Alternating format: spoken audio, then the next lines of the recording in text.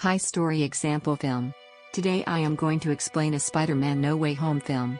Subscribe my channel please. Let's start. 1 week after Quentin Beck's attacks in Europe and subsequent framing of Spider-Man for his murder, Spider-Man's civilian identity as Peter Parker is revealed to the world. Parker and MJ flee to his apartment, reuniting with his Aunt May and Happy Hogan.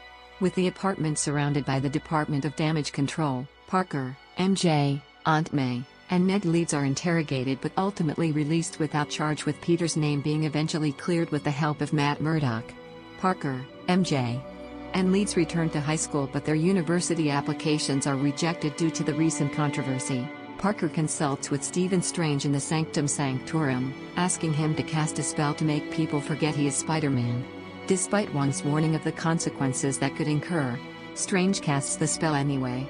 However, the spell is damaged when Peter's constantly changing requirements destabilizes it. Strange then berates Peter.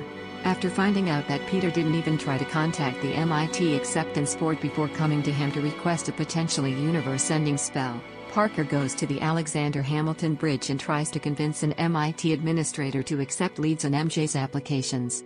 Suddenly, the bridge is attacked by Otto Octavius, who rips Parker's nanotechnology from his iron spider suit, causing it to bond with his mechanical tentacles. Upon discovering that this isn't the Peter Parker he had previously fought, Octavius has his robotic arms disabled by the nanotechnology, before being captured and placed in a holding cell in the Sanctum Sanctorum, along with Curt Connors, who has been captured by Strange. Strange reveals that his spell has begun bringing everybody from every part of the multiverse who knows Peter Parker is Spider-Man into their world. With the help of MJ and Leeds, Parker decides to help capture any other possible visitors.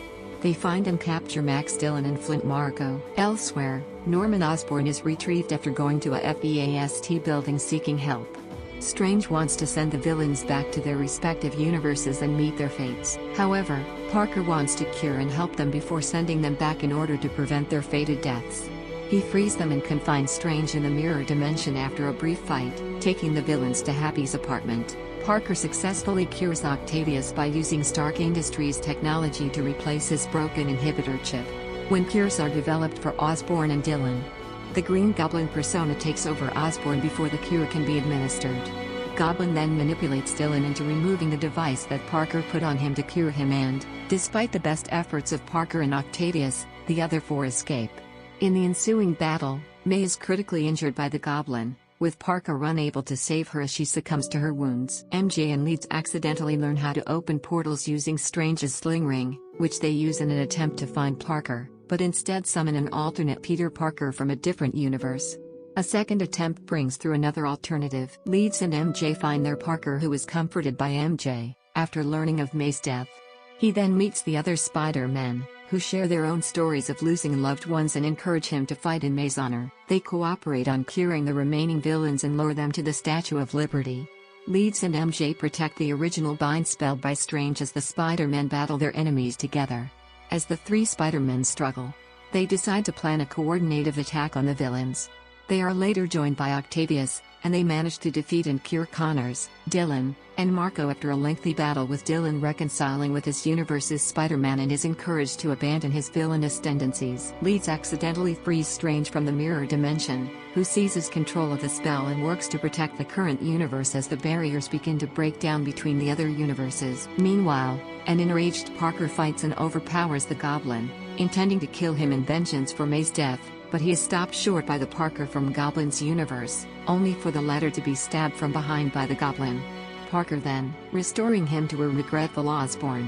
Peter and MJ confess their love for each other and share a passionate kiss before the spell officially starts. To prevent further catastrophe and at Parker's request, Strange fixes the spell, sending the alternate Spider-Men and their villains back to their respective universes, while making everyone forget Parker's existence. Later, Parker tries to reintroduce himself to MJ and Leeds, but finds himself unable to do it. Parker visits May's grave, joined by Happy, now oblivious to his identity, and vows to carry on. Parker creates a new suit from scratch to resume his independent heroics. In a mid-credits scene, the universe-displaced Eddie Brock and his symbiote companion Venom sit at a bar and talk with the bartender about other superhumans and the Blip. While pondering how to protect this new world, the duo is swiftly transported back to their universe by Strange's spell, unknowingly leaving a part of the symbiote on the counter. Thanks watching video.